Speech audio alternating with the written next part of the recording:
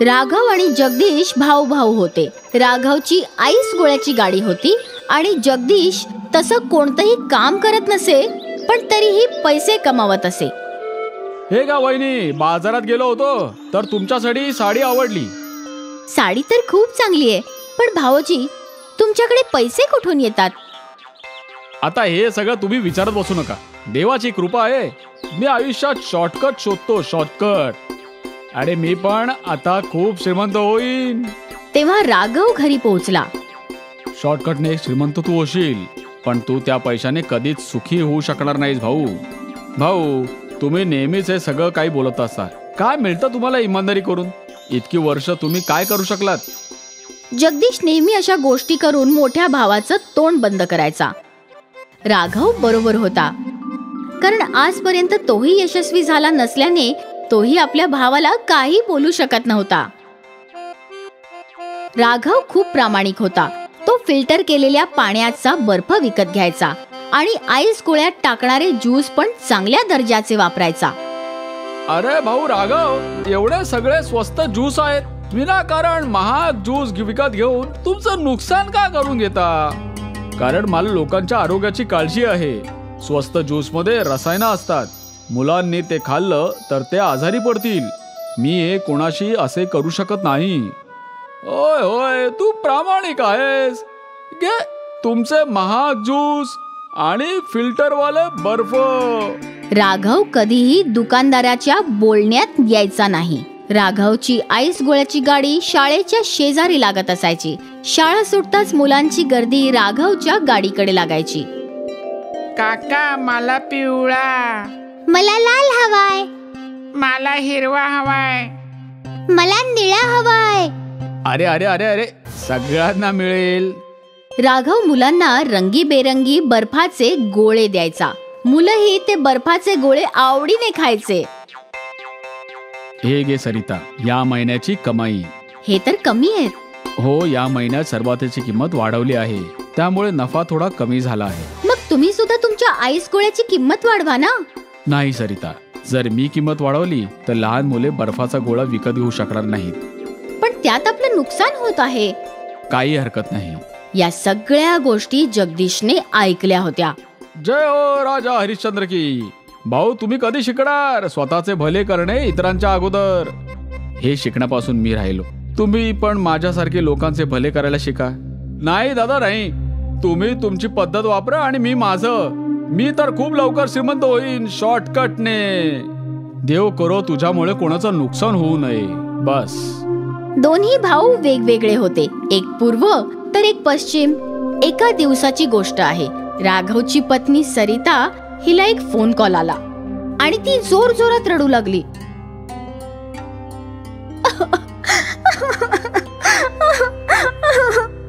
काय झालं सरिता? वहिनी, काय झालं काय? माझ्या आईची तब्येत खूप खराब आहे.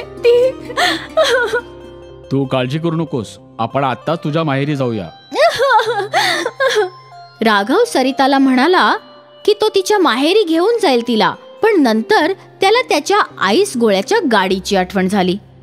अरे जगदीश, तू काही दिवस माझा स्टॉल चालू शकतोस? ठीक आहे दादा, तसं पण मला सध्या काहीच काम नाहीये आणि सध्या उन्हाळा आहे. तुमच्या गोळ्याची गाडी बंद राहिली तर खूप नुकसान होईल. ठीक आहे, मी चालवीन. चांगली गोष्ट आहे. आणि लक्षात ठेव, फिल्टर केलेला बर्फ आणि महाग रसच विकत घे. स्वस्तात रसायने भरलेले आहेत. हो ठीक आहे भाऊ, लक्षात ठेवीन. राघव त्याची पत्नी सरिता सोबत तिच्या माहेरी गेला. इथे जगदीशने बर्फाच्या गोळ्याची गाडी उघडली. काका, मला लाल रंग द्या. मला पिवळा. काका, ते दुसरे काका कुठे गेले? ते काका गावाला गेले आहेत, काही दिवसात परत येतील. मला तर लाल आणि पिवळे दोन्ही गोळे हवे आहेत. ठीक आहे बाळा. जगदीशने सर्व मुलांना रंगीबेरंगी गोळे दिले. असाच जगदीश रोज गोळ्याची गाडी उघडून गोळे विकत होता. मग त्याने पाहिलं की ज्यूसची बाटली संपत होती. उद्या सकाळी येण्यापूर्वी ज्यूस विकत घ्यावे लागेल. तो मुलांना बर्फाचे गोळे बनवून देत राहिला आणि दिवसाअखेरीस त्याच्या ज्यूसच्या सगळ्या बाटल्या संपल्या.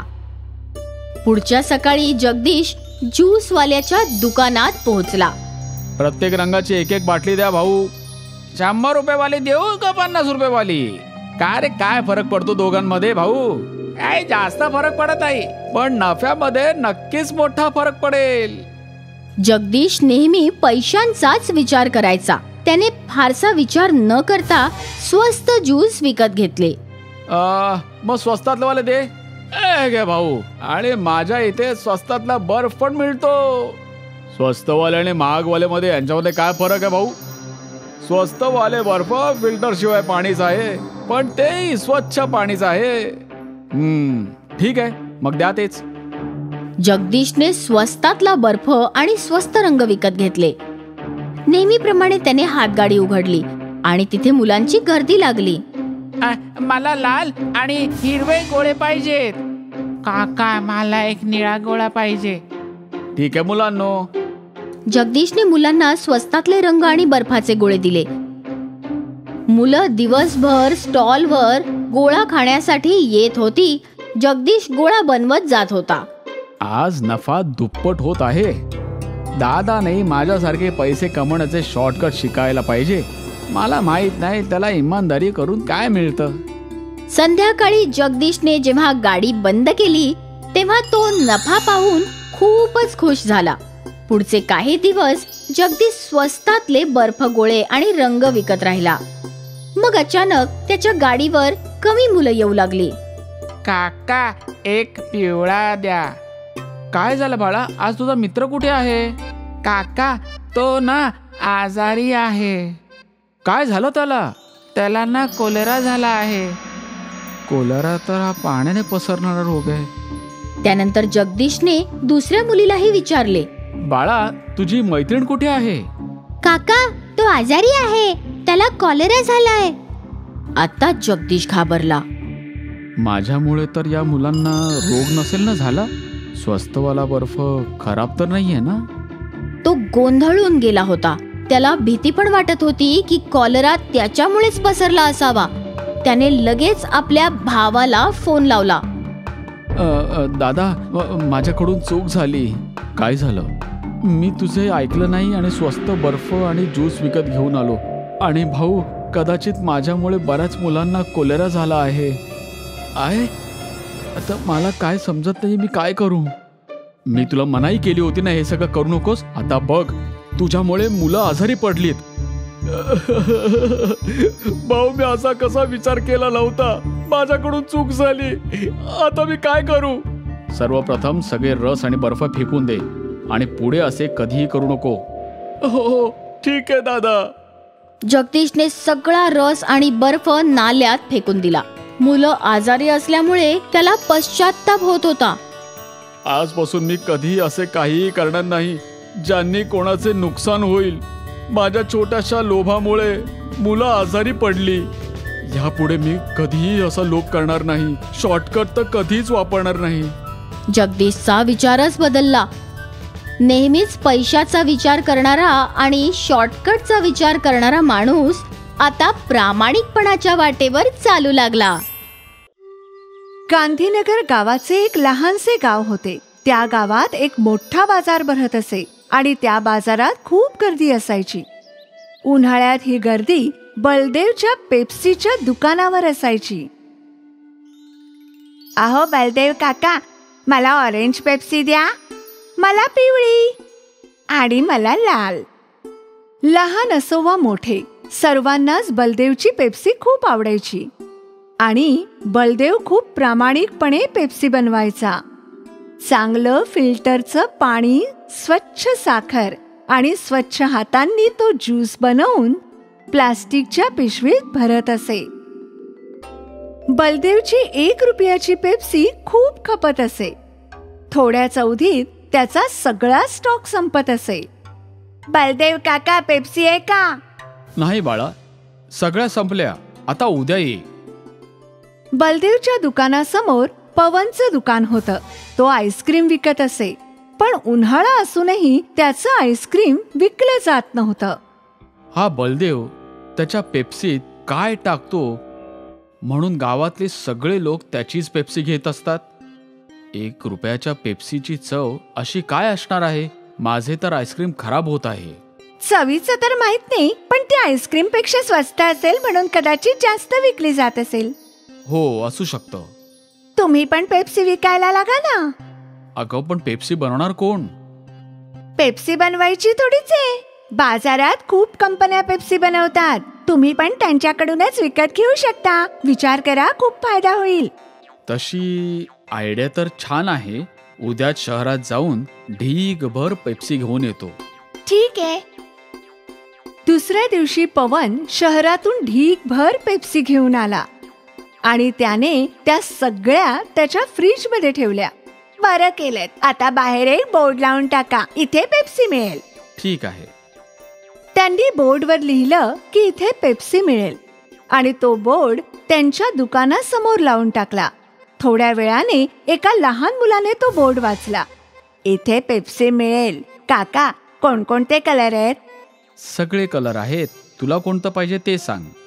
मला पिवळी आणि एक ऑरेंज वाली पाहिजे. पवनने त्याला 2 पेप्सी दिल्या. तो मुलगा तिथेच उभा राहून पेप्सी पिऊ लागला. हे खूप छान आहे, मज्जा आली. हे घे, माझ्याकडून तुझ्या पेप्सी फ्री.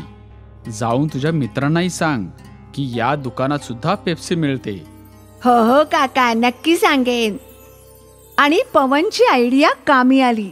मुलगा धावत गावात गेला आणि काही वेळाने त्याच्या मित्रांना घेऊन आला. हेच ते दुकान आहे. मला पण ऑरेंज हव्या आणि मला 3 लाल हव्या.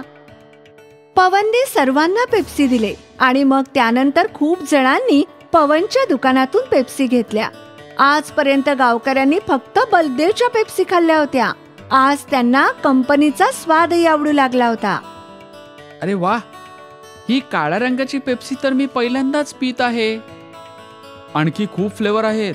लिंबू पाणी, काळा खट्टा, ऑरेंज, रोज. वा रे वा, आता तर रोज वेगवेगळे फ्लेवर घेऊन येऊ शकतो. पवनने पेप्सी विकायला सुरुवात केल्याने बलदेवच्या दुकानावर ग्राहक येत नव्हते. मला थोडं धीराने घ्यावं लागेल. पवनने नवीन नवीन पेप्सी बनवायला सुरुवात केली आहे, म्हणून गावकरी त्याच्या दुकानात जाऊ लागले आहेत. पण मला खात्री आहे की सगळे परत येतील. बलदेव स्वतःला धीर देत होता. पुढील काही दिवस पवनच्या दुकानावर गर्दी होत राहिली आणि इकडे बलदेवचा धंदा मंद झाला होता. गावचे सरपंच बलदेवच्या दुकानावर आले. काय झालं बलदेव, आज उदास दिसत आहेस? काय सांगू काका, पवन शहरातून पेप्सी आणून विकतो आहे. आता माझे ग्राहक कमी झाले आहेत. काही हरकत नाही, ही काही दिवसांचाच प्रश्न आहे. कोणताही नवीन गोष्ट मागे गावकरी घाव घेतात. तुला तर माहितीच आहे, काही दिवसातच सगळं सुरळीत होईल. आणि मला खात्री आहे तुझ्या पेप्सी शहरातील कंपनीच्या पेप्सीपेक्षा चांगलीच असेल. आता एक काम कर, मला 50 पेप्सी दे. आज शहरातून माझी नातवंड येणार आहेत. ठीक आहे सरपंच साहेब. बलदेवने सरपंचांना 50 पेप्सी दिल्या आणि ते आनंदाने तिथून निघून गेले. बलदेव अजूनही उदास होता. सरपंच त्यांच्या घरी पोहोचले आणि त्यांनी त्यांच्या नातवाला एक पेप्सी दिली. पप्पा, या पेप्सी वगैरे चांगल्या नसतात. त्यांच्यात खूप भेसळ असते. याने मुले आजारी पडतात. बाळा, या पेप्सी आपला बलदेव स्वतः बनवतो, भेसळीशिवाय. आम्ही या पेप्सी गेली कित्येक वर्ष खात आहोत. अजूनपर्यंत कोणी आजारी पडलं नाही. द्या मला. सरपंचांनी एक पेप्सी त्यांच्या मुलीला दिली आणि तिने ती प्यायली. वा पप्पा, ही तर खूपच छान आहे. सरपंचांच्या घरी आलेल्या सर्व पाहुण्यांनी पेप्सी प्यायला सुरुवात केली आणि काही वेळातच सर्व पेप्सी संपल्या. पप्पा, या पेप्सी कुठून आणल्या? मी आणखी थोड्या आणते. बाजारात तुला बलदेवचे दुकान दिसेल, ज्यात मोठा फ्रीज असेल त्याच्याच दुकानातून. मी घेऊन येते. नेहा बाजारात पोहोचली, पण ती बलदेव आणि पवनच्या दुकानात गोंधळली. तिला कळत नव्हतं की कोणतं दुकान आहे. बहुतेक ज्या दुकानात गर्दी आहे मी तिथे जायला हवं.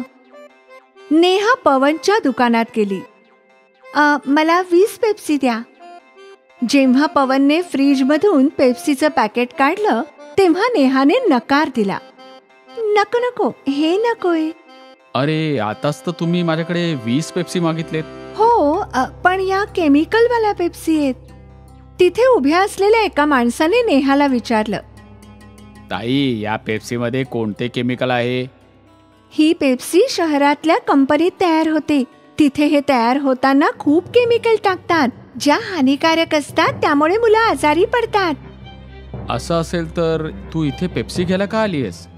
मी तर त्या पेप्सी घ्यायला आले होते ज्या या गावातच तयार होतात. अच्छा, म्हणजे तुम्हाला बलदेव भाऊंची पेप्सी घ्यायची आहे तर त्यांचं दुकान समोर आहे. नेहा तेथून निघून गेली, पण आजूबाजूचे लोक शहरातल्या केमिकलवाल्या पेप्सीची चर्चा करू लागले. नेहाने बलदेवच्या दुकानातून पेप्सी घेतल्या आणि घरी गेली. केमिकलवाल्या पेप्सीची गोष्ट गावात आगीसारखी पसरली आणि सगळ्या आईबाबांनी मुलांना पवनच्या दुकानातून पेप्सी घ्यायला मनाई केली. आजपासून पवन काकांच्या दुकानातून पेप्सी घ्यायची नाही. का आई? कारण त्यात खूप केमिकल असतात. तुझी तब्येत खराब होईल, मग तुला इंजेक्शन द्यावं लागेल. नको का बाई? लोकांना बलदेवचा चांगुलपणा समजला आणि पुन्हा एकदा बलदेवच्या पेप्सीज विकल्या जाऊ लागल्या. पवनच्या दुकानातून कोणीच पेप्सी घेत नव्हतं. शेवटी निराश होऊन पवनने पेप्सी विकायचंच बंद केलं.